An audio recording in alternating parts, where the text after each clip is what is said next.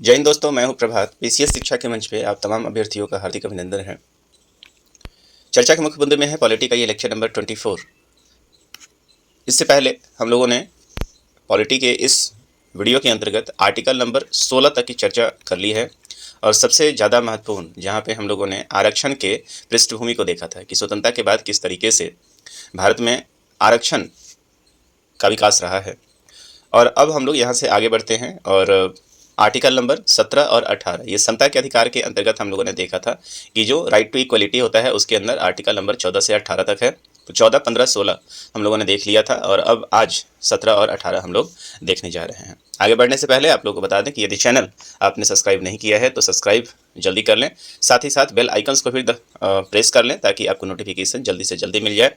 इस video lecture के माध्यम से आप पॉलिटी के प्रत्येक चैप्टर को, चाहे वो छोटा चैप्टर हो चाहे वो बड़ा चैप्टर हो, पूरी व्याख्या के साथ आप चैप्टर को पढ़ पाएंगे। और सबसे बड़ी बात कि इस चैप्टर के साथ साथ आपको PYQ भी वहीं पे मिल जाएगा और at the end of the chapter यहाँ पे हम लोग बात करने वाले हैं UPSC लेवल सेट प्रैक्टिस की। तो मैं उम्मीद करता हूँ कि ये लेक्चर आपको पसंद आ रहा है। चलते हैं अपने मेन लेक्चर की तरफ, मेन सेशन की तरफ। बात कर रहे हैं आज हम आर्टिकल नंबर 17 और 18 की। तो आर्टिकल नंबर एक बार फिर से आपको याद करा दें, हम लोग अभी संविधान के भाग 3 पे चर्चा कर रहे हैं। संविधान का भाग 3 जो है वो फंडामेंटल राइट है, जो कि USA के बिल ऑफ राइट से प्रेरित है। यहाँ आर्टिकल नंबर 12 से 35 की चर्चा की जा रही है। आर्टिकल नंबर 12 जो है वो राज्य के परिभाषा के बारे में है। आर्टिकल नंबर 13 संसद को यह शक्ति देता है कि इस तरह का कोई भी यदि कानून आता है, कोई भी ऐसा कानून जो मौलिक अधिकारों को कम कर सकता है, उसे शुरू से ही शून्य किया जाएगा। Article number right to equality, article number 14 right to equality के बारे में बताता है। 15 जो है आपको धर्म, जाति, मूल, वंश, इन सारी चीज़ों से विभेद को बताता है। 16 अवसर के आपकी समानता की बात करता है। 17 जो है अस्पृश्यता रोकने की बात करता है। तो इस तरीके से हम लोग अभी लेक्चर को आगे बढ़ाएंगे। तो 16 तक तो हमारा हो चुका है, रिकॉल जरूर करते रहें आप लोग। आर्टिकल नंबर 17 की बात करते हैं। 17 जैसा कि आपको पता है कि अबॉलिशन ऑफ अनटचेबिलिटी या इसी को अस्पृश्यता का अंत कहते हैं। आप सभी को विदित है कि इतिहास के अंतर्गत हम लोगों ने देखा था कि भारत में इससे पहले, लोकतंत्र से पहले यहाँ पे राजतंत्र था। और राजतंत्र में भी भारत में जो वर्ण व्यवस्था है, उस वर्ण व्यवस्था के आधार पे भारत में समाज चलता था। और इस वर्ण व्यवस्था के अंतर्गत मुख्य रूप से आप देखेंगे 4 तरह के वर्ण भारत में उपस्थित थे और उसके अंदर ब्राह्मण, क्षत्रिय, वैश्य और शूद्र हुआ करते थे। तो खासकर जो प्राचीन परंपरा थी उसमें शूद्र जो है एक तरीके से क्या होता था, पनिशमेंट होता था। और इनके लिए जो समाज में है वो उनकी स्थिति दिन पर दिन जो है क्या हो रही थी, नीचे गिरती जा रही थी। संविधान निर्माता और कानून के जो निर्माता है खुद डॉक्टर भीमराव अम्बेडकर, जो कि एक महार फैमिली से थे और उन्होंने इस दर्द को खुद ही समझा था। यही कारण है कि जब संविधान बन रहा था तो खासकर इस आर्टिकल नंबर 17 के ऊपर आप समझें कि उन्होंने बहुत ही ज़्यादा फोकस किया हुआ था। आप समाज में इनकी स्थिति को ऐसा समझ सकते हैं कि स्थिति इनकी ऐसी थी कि इनके गर्दन में ढोल बांध कर और खाली एक समय ऐसा था जहाँ पे इनको गांव से बाहर रखा जा सकता था। तो इस चीज़ को समाप्त करने के लिए, एक अपराध बनाने के लिए हमारे संविधान के फंडामेंटल राइट्स के अंदर आर्टिकल नंबर 17 में इसको जगह दी गई है। और इसको एक इस तरह का कृत्य करने वाले लोगों को क्या किया गया है, कानूनी दंड का प्रावधान, न केवल इसको समाप्त करने की बात कही, दंड का प्रावधान है। और इसी आर्टिकल नंबर 17 का ही ये परिणाम है कि आज आज़ादी के 75 वर्षों के बाद हम लोग यह देख रहे हैं कि हमारे समाज से अनटचेबिलिटी का जो ये अब व्यवस्था था वो लगभग समाप्त हो चुका है, लगभग नेग्लिजिबल हो चुका है। अभी भी कुछ ग्रामीण क्षेत्र है वहाँ पे थोड़ा बहुत आपको देखने को मिल जाए, लेकिन अब ना के बराबर है। तो समाज लगभग इससे अब उबर चुका है। चलिए समझते हैं पूरे के पूरे आर्टिकल में क्या लिखा हुआ है। तो आर्टिकल नंबर 17 है, वो कहता है कि अस्पृश्यता को समाप्त करने की व्यवस्था और किसी भी रूप में इसका आचरण निषिद्ध करता है। मतलब किसी भी तरीके से यदि आप ऐसा आचरण करते हैं, आप ऐसे वर्ग को देखकर आप घृणा करते हैं, उनका तिरस्कार करते हैं, उनको छूने से उनको घर से बाहर निकालते हैं, मंदिरों से बाहर निकालते हैं, तो ऐसे के लिए यह आर्टिकल नंबर 17 जो है उसको निषिद्ध करता है। अस्पृश्यता से उपजी किसी निर्योग्यता को लागू करना अपराध होगा। अस्पृश्यता मतलब उससे संबंधित आप कोई भी नियम कहीं भी लागू नहीं कर सकते हैं। जो विधि के अनुसार कैसा है, दंडनीय है। विधि के अनुसार क्या है, ये दंडनीय अपराध है। सबसे बड़ी बात है कि ये आदेशात्मक है, इसके लिए आपके दंड का प्रावधान है। तो संविधान में इस बात को क्लियर करते हुए इस चीज़ को कैसे लागू किया जाए, तो इसी आर्टिकल से प्रेरित करके हमारे यहाँ 1976 में अस्पृश्यता अपराध अधिनियम, जो कि पहले 1955 में मूलभूत संशोधन किया गया था। पहले यही चीज़ क्या होता था, अस्पृश्यता जो है अपराध अधिनियम 1955 था और इसी में क्या कर दिया गया, अब जो है वो परिवर्तन कर दिया गया और अब इसका नाम जो है क्या नया नाम हो गया है, तो नागरिक अधिकारों की रक्षा अधिनियम 1955 दिया गया था। ठीक है। और उसके बाद 1976 में जो है वो ये पहले जो इसका नाम था उससे परिवर्तन किया गया और इसमें इसका और भी ज़्यादा विस्तार किया गया और इसके अंतर्गत दंडिक उपबंध और सख्त बना दिए गए। दंडित कहने का मतलब जो पनिशमेंट होता है उसको और भी सख्त बना दिया गया। अधिनियम में अस्पृश्यता के प्रत्येक प्रकार को समाप्त करते हुए अनुच्छेद 17 में व्यवस्था सुनिश्चित की गई है। अब यहाँ पे देखिए कि अनुच्छेद 17 के अंतर्गत कौन कौन से वो क्लॉज हैं जिसके आधार पे आपको दंड हो सकता है या क्या क्या उसको कहा जाता है। तो आप देखें, सबसे पहले थोड़ा सा और एक्सप्लेनेशन यहाँ पे है। अस्पृश्यता शब्द को न तो संविधान में और न ही अधिनियम में परिभाषित किया गया है। सबसे इसका विडंबना ये है कि जो अस्पृश्यता ये शब्द है, अनटचेबिलिटी जो शब्द है, संविधान कहीं भी इसके बारे में एक परफेक्ट रूप से डिफिनीशन नहीं देती है कि ये किसी अस्पृश्यता माना जाएगा। इसी चीज़ को लेकर समय समय पर अलग अलग वाद होते रहे हैं और उसी संदर्भ में आप देखेंगे मैसूर उच्च विद्यालय ने अनुच्छेद 17 के मामले में एक व्यवस्था दी थी और कहा था इसका कि शाब्दिक और व्याकरणीय समझ से परे इसका प्रयोग ऐतिहासिक है और इसके संदर्भ है कि कुछ वर्गों के कुछ लोगों को उनके जन्म एवं कुछ जातियों के आधार पर सामाजिक निज योग्यता, उन्होंने इस लाइन को स्पष्ट किया था कि अस्पृश्यता क्या है और अस्पृश्यता को डिफाइन करते हुए कहा है कि इसका संदर्भ है कि कुछ वर्गों के कुछ लोगों को उनके जन्म एवं कुछ जातियों के आधार सामाजिक निर्योग्यता है। आप समझिए, यदि मूल रूप से यदि आप अस्पृश्यता का मतलब है कि जैसे आप अपने घर पे हैं और घर पे जो है बहुत पुराने समय से परंपरा चली आ रही है कि आपके यहाँ जाति के आधार पे यदि आप कोई विभेद करते हैं, ठीक है, जाति के आधार पे यदि आप कोई विभेद कर रहे हैं कि नहीं ये छोटे जाति का है, इसको हमारे घर में पानी नहीं पिलाना चाहिए, इसको घर से बाहर रखना चाहिए, इस तरह का यदि आप विभेद करते हैं, मंदिर में आप एक किसी विशेष वर्ग को आप बोलते हैं कि आप मंदिर से बाहर जाइए, आप मंदिर में नहीं रह सकते हैं, ठीक है, तो इस तरह का जो कृत्य है ये सभी कृत्य किसके अंदर आता है? अस्पृश्यता के अंदर आता है। यदि आप इस तरह का कोई भी कृत्य करते हैं, जाति शब्द से आप किसी को संबोधित करते हैं, उसका अपमान करते हैं, तो भी ये सब क्या माना जाएगा? एक तरीके का दंडनीय अपराध है और वो किसके अंदर आएगा? आर्टिकल 17 के अंदर आएगा। अतः कुछ व्यक्ति के सामाजिक बहिष्कार और धर्म संबंधी सेवाओं इत्यादि से इनका बहिष्कार नहीं है। आइए देखते हैं, ये तो मैसूर हाई कोर्ट ने डिफाइन किया हो, क्या है वो चीज़ें? तो जन अधिकार सुरक्षा अधिनियम 1955 के अंतर्गत छुआछूत को दंडनीय अपराध घोषित किया गया है। तो जो अपराध होगा उस अपराध की प्रकृति क्या होगी? आर्टिकल 17 ने इस बात को स्पष्ट किया है कि भारत में जो अस्पृश्यता है वो क्या होगा? अपराध होगा। लेकिन वो किस तरीके का अपराध होगा, इसके लिए उन्होंने क्या बनाया है? जन अधिकार सुरक्षा अधिनियम 1955 और बाद में इसमें 1976 में इसमें बदलाव भी किया गया। तो क्या क्या चीज़ें हैं? इसके तहत 6 माह का कारावास या 500 रुपये का दंड अथवा दोनों ही शामिल है। तो क्या कहा जा रहा है कि इस तरह का घटना करने पे आपको सबसे पहले तो 6 महीने का क्या हो सकता है? जेल हो सकता है। और जो दंड है ये आर्थिक दंड है, मतलब आर्थिक और शारीरिक दोनों तरीके का दंड आपको मिल रहा है। 500 रुपये जो है आपको दंड, लेकिन ये समय के साथ बढ़ चुका है, अभी ये मैं श्योर हूँ कि इसको और भी आगे बढ़ाया जा चुका है। जो व्यक्ति इसके तहत दोषी करार दिए जाएंगे उसे संसद या राज्य विधानमंडल चुनाव के लिए अयोग्य करार देने की भी व्यवस्था की गई है। मोस्ट इंपॉर्टेंट फैक्ट है। तो एक बहुत ही बड़ा कदम है। इसके अंतर्गत यह बताया गया है कि जो व्यक्ति इसके तहत दोषी करार दिए जाएंगे, मतलब फॉर डिफॉल्टर्स यदि मिल जाते हैं इसके अंदर, तो वैसे लोग संसद या राज्य विधानमंडल के चुनाव के लिए अयोग्य करार दिए जाएंगे। मतलब वैसे लोग क्या करेंगे? चुनाव लड़ ही नहीं पाएंगे। यह अधिनियम किसे अपराध मानता है? सबसे पहला चीज़ कि इसके अंतर्गत अपराध की श्रेणी में कौन आएगा? तो पहला, किसी व्यक्ति को सार्वजनिक पूजा स्थल पर प्रवेश करने से रोकना या कहीं पर पूजा से रोकना। मतलब कहीं पूजा पे आप भेदभाव कर रहे हैं, बोला कि तुम यहाँ मत आओ, यहाँ पे जो है बड़े जाति का काम है। तो इस तरह का यदि आप विभेद करते हैं अस्पृश्यता, ये एक अस्पृश्यता की श्रेणी है और इसके लिए आप दंड के भागीदार होंगे। परंपरागत धार्मिक, दार्शनिक या अन्य आधार पर अस्पृश्यता को न्यायोचित ठहराना। मतलब इसी तरह का कोई भी आप लोक आयोजन देख रहे हैं, परंपरागत हो, धार्मिक हो, दार्शनिक हो या किसी भी आधार पे, वहाँ भी आप इस तरह का डिस्क्रिमिनेशन नहीं कर सकते हैं। किसी दुकान पे, होटल पे, सार्वजनिक मनोरंजन स्थल में प्रवेश से इनकार करने देना। सबसे इस आर्टिकल की सबसे बड़ी बात है कि ये राज्य के अंतर्गत आने वाले डिफाइन जो चीज़ किया हुआ है उसके ऊपर तो लागू होता ही है, साथ साथ जो निजी संस्थान हैं उसके ऊपर भी ये लागू होता है। तो इसीलिए आप किसी भी दुकान में जाइए, दुकान तो प्राइवेट ही होते हैं, तो आप किसी दुकान में जाइए या आप किसी होटल में, कई बार ऐसा न्यूज़ देखने को मिला है कि होटल में कुछ चीज़ों को क्या किया है, बाहर कर दिया गया है कि तुम्हारे लिए खाना नहीं है। तो इस तरह का यदि आप विभेद करते हैं मनोरंजन के स्थल पे, जैसे सिनेमा हॉल में, है ना, तो इन सारी चीज़ों के ऊपर भी आप इस तरह का यदि विभेद करते हैं तो आप भी आर्टिकल नंबर 17 का उल्लंघन इसको माना जाएगा।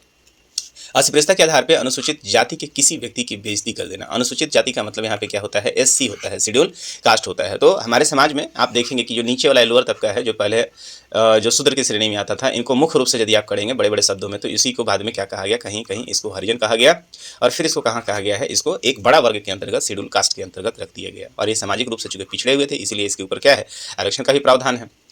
तो एससी, यदि ऐसे व्यक्ति का आप बेइज्जत करते हैं बाई कास्ट का नाम लेकर या इस तरह का कोई भी उसके यदि अपमान करते हैं, उसके मान का हनन करते हैं तो ये आर्टिकल नंबर 17 के अंदर आएगा। अस्पताल, शैक्षणिक संस्थानों, हॉस्टल में सार्वजनिक हित में के लिए प्रवेश से रोकना, ऐसे जगहों पे भी, शैक्षणिक स्थानों पे, अस्पतालों में भी आप उनको नहीं रोक सकते हैं, नहीं रोकेंगे। प्रत्यक्ष या अप्रत्यक्ष रूप से अस्पृश्यता को मानना, मतलब इन सबों के अलावा कुछ ऐसा भी चीज़ डिफाइन नहीं है, और वहाँ भी आप यदि प्रत्यक्ष रूप से किसी का जाति आधारित, संप्रदाय आधारित, इन सरल तरीकों के आप अनटचेबिलिटी मानते हैं, करते हैं, तो वो भी अपराध की श्रेणी में आएगा। किसी व्यक्ति को सामान बिक्री या सेवाएं देने से रोक लेना, आप दुकान पे जाते हैं, दुकान पे आपको अगले बंदे को पता है कि ये जो है वो नीचे जाति से है, और वहाँ पे आपको मना कर देता है कि मैं तुम्हें सामान नहीं दूंगा, तो वो सीधा का सीधा जो है आर्टिकल नंबर 17 का उल्लंघन है, और उसके लिए हाईकोर्ट ही नहीं, आप सुप्रीम कोर्ट जा सकते हैं। तो ये आपका एक बहुत ही इंपॉर्टेंट क्लॉज है। यही कारण रहा कि इस आर्टिकल 17 के प्रभाव के कारण आज हमारे समाज में लगभग ये चीज़ें अब समाप्त हो गई है। समाप्ति नहीं हो गई है, हर चीज़ के दो आयाम होते हैं। अब तो स्थिति ऐसी हो गई है कि इस आर्टिकल 17 का हवाला देते हुए लोग इसका अब फ़ायदा भी उठाना शुरू कर चुके हैं। चलिए आगे बढ़ते हैं। उच्चतम न्यायालय ने अनुच्छेद 17 के तहत यह व्यवस्था दी है कि यह अधिकार निजी व्यक्ति और राज्य के संवैधानिक दायित्व होगा कि इस अधिकार के हनन को रोकने के लिए जरूरी कदम उठाएं। तो इस पे इंपॉर्टेंट ये है कि ये निजी व्यक्ति पे भी लागू होता है, निजी फर्म पे भी लागू होता है, और राज्य को ये शक्ति यहाँ पे संविधान देता है कि आप ऐसे चीज़ों को रोकने का भरसक प्रयास करेंगे। हालांकि इसका जिक्र आप DPSP में भी राज्य को ये निर्देश देते हुए मिल जाएगा। तो ये रहा आर्टिकल नंबर आपका 17, और 17 के अंतर्गत ये सारी चीज़ें जो है वो बात की गई थी। आइए चलते हैं और हम लोग देखते हैं अब यहाँ से आर्टिकल नंबर 18 को। और आर्टिकल नंबर 18 जो है वो किस चीज़ों से संबंधित है, तो आपको स्पष्ट रूप से बता दें कि आर्टिकल नंबर जो 18 है वो कहता है उपाधियों के अंत के बारे में, that is called abolition of titles. तो आपको यदि इतिहास याद आ रहा होगा तो इतिहास के पन्नों में आपने कई जगह पढ़ा होगा कि भारत में जो है, मतलब अंग्रेजों के समय से ये परंपरा चली आ रही है, किसी को राय रायन का उपाधि दे दिए, किसी को नाइटहुड की उपाधि दे दिए, है ना, किसी को सर की उपाधि दे दिए। तो इस तरह की उपाधि को अब आर्टिकल नंबर 18 के माध्यम से क्या कर दिया गया है, उसको बंद कर दिया गया है। और कारण इसका क्या है कि ये सब क्या करता है, एक तरीके का ये डिस्क्रिमिनेशन क्रिएट करता है। और इसी चीज़ को समझते हुए आप देखेंगे कि सरकार ने इसके ऊपर बैन लगा दिया है। और किसके माध्यम से बैन लगाया है, तो आर्टिकल नंबर 18 के माध्यम से इसके ऊपर बैन लगाया हुआ है।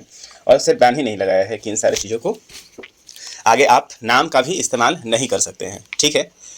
तो आर्टिकल नंबर 18 के अंतर्गत आप देखेंगे कि अनुच्छेद 18 उपाधियों का अंत करता है और इस संबंध में 4 प्रावधान करता है। तो आर्टिकल नंबर 18 को स्पष्ट करने के लिए संविधान ने 4 क्लॉज बनाए हैं, दैट इज 18, 1, 2, 3 और 4। 18 के अंदर 4 जो है वो सब क्लॉज आपको देखने को मिलेगा, ठीक है। तो एक बार फिर से समझ लें कि अनुच्छेद जो 18 है वो कहता है कि राज्य को उपाधियाँ प्रदान करने तथा नागरिक और अनागरिकों को उपाधियाँ ग्रहण करने से प्रतिषिद्ध किया गया है ना।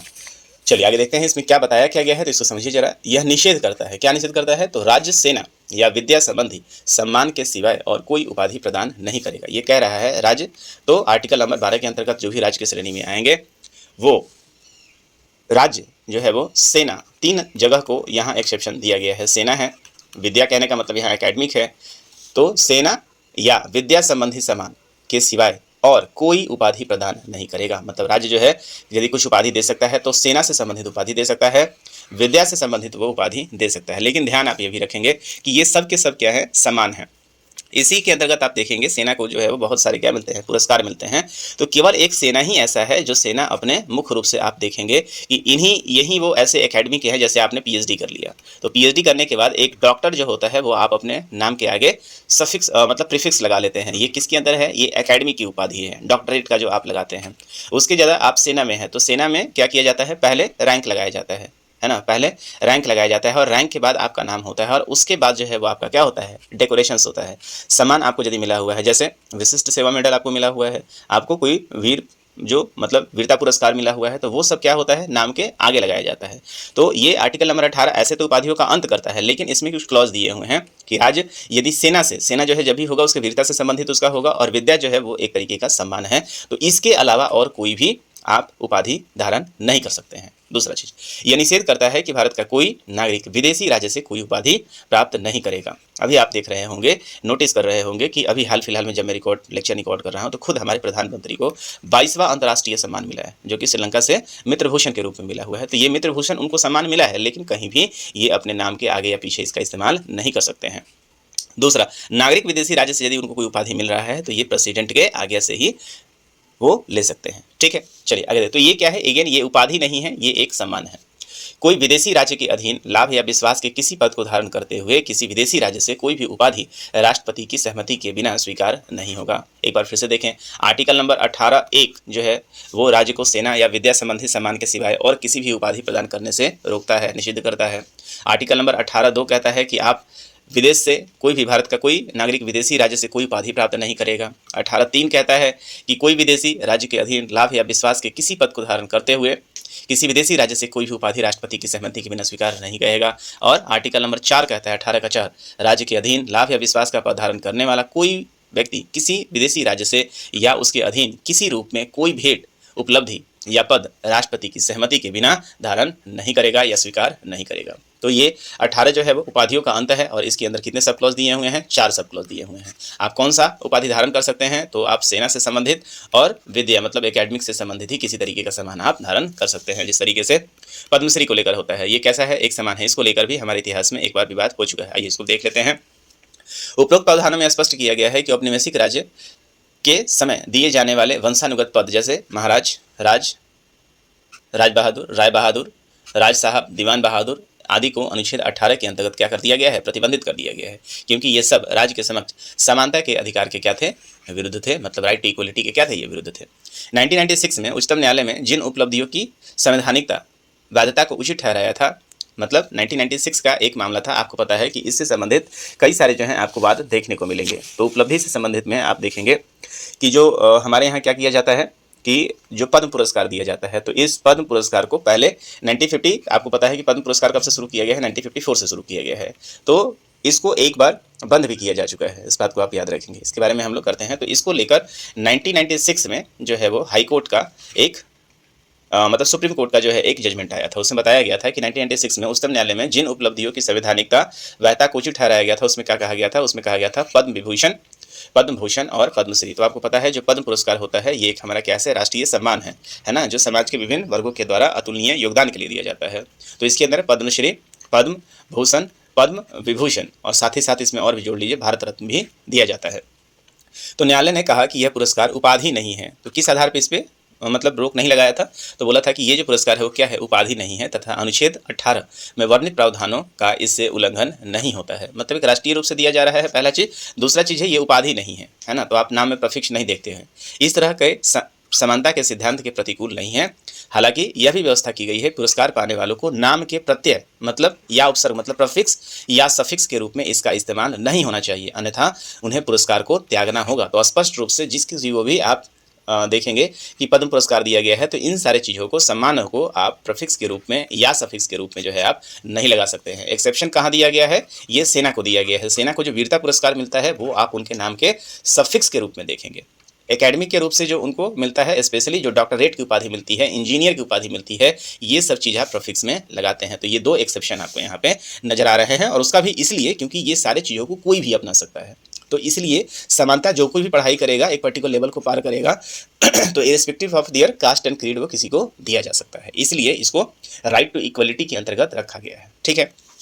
इन राष्ट्रीय पुरस्कारों की स्थापना जो है, जो पद्मश्री के पुरस्कार है, विशेषता 1954 में हुआ था। और 1977 में आप देखेंगे कि जब मोरारजी देसाई के नेतृत्व वाली सरकार आई थी, जो जनता पार्टी की सरकार आई थी, तो उसने इसके ऊपर क्या लगा दिया था? रोक लगा दिया था और कहा था कि ये जो है वो समानता के अधिकार के क्या है? विरुद्ध है। और इसी को लेकर आप देखेंगे कि बाद में इसको पुनः 1980 में जब कांग्रेस की सरकार आती है, इंदिरा गांधी की सरकार आती है, तो इसके ऊपर क्या है? फिर से इसको रेगुलेट किया जाना शुरू कर देता है। और फिर आप देखेंगे 1996 में सुप्रीम कोर्ट ने ये डिसीजन दिया कि जो पद्मश्री पुरस्कार है मुख्य रूप से क्या है? वो किसी चीज़ का उल्लंघन नहीं करता है। तो मोस्ट इंपॉर्टेंट फैक्ट है। यहाँ से क्वेश्चंस भी आप बड़े स्तर पर देखते रहेंगे, देखने में आपको मिलेगा।